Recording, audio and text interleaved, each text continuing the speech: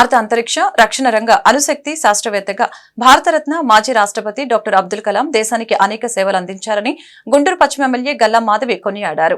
కలాం స్ఫూర్తిదాయకమైన ప్రసంగాలు సమాజ వికాసానికి దోహదపడ్డాయని గుర్తు చేశారు.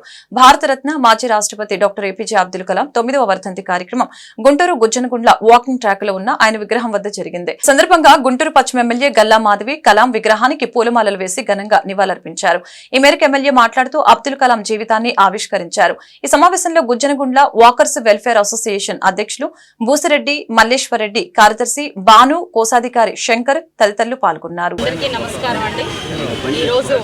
ఏపీజే అబ్దుల్ కలాం గారి వర్ధంతిని పురస్కరించుకొని గుజ్జనగుండ్లలో నిక్షిప్తమైన ఏపీజే అబ్దుల్ కలాం గారి విగ్రహానికి ఘన నివాళులు అర్పించడం జరిగింది.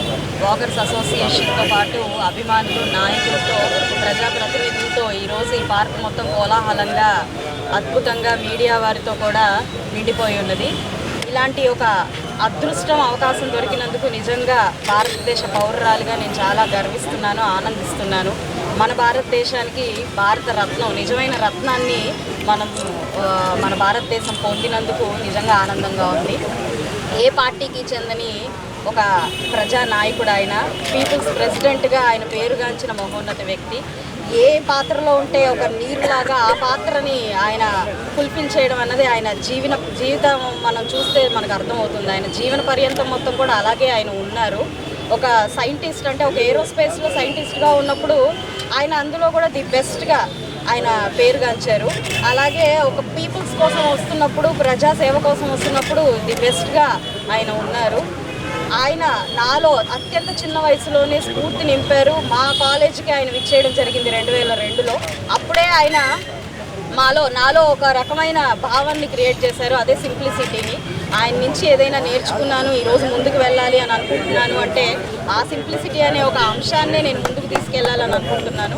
సాధ్యమైనంత ఆయనంత కాకపోయినా ఈ నేటి సమాజానికి ఎంత వీలైతే అంత సింపుల్గా ఉండి, చాలా వినమ్రతగా ఉండే ప్రయత్నం చేయాలి అని చెప్పి ఆయన నుంచి పొందిన స్ఫూర్తితోనే ప్రతి ఒక్కరికి నేను కూడా నా వంతుగా ప్రజల్లో చూపించాలి అని అనుకుంటున్నాను.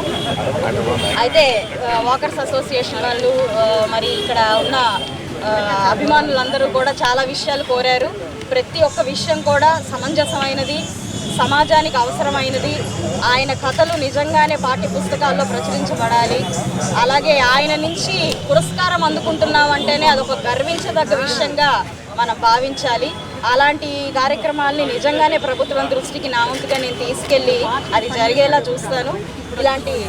నిజంగా ఇలాంటిది ఒకటి జరిగితే, నా తరపుగా జరిగితే నాది కూడా అదొక అదృష్టంగా నేను భావించాల్సిన పరిస్థితే ఉంది. కాబట్టి ఇలాంటి గొప్ప వ్యక్తుల్ని ఇంకొకసారి ఇలా స్మరించుకునే అవకాశం దొరికినందుకు, ఈ అవకాశాన్ని కల్పించిన ఇక్కడున్న పెద్దలందరికీ కూడా పేరు పేరున నమస్కారం.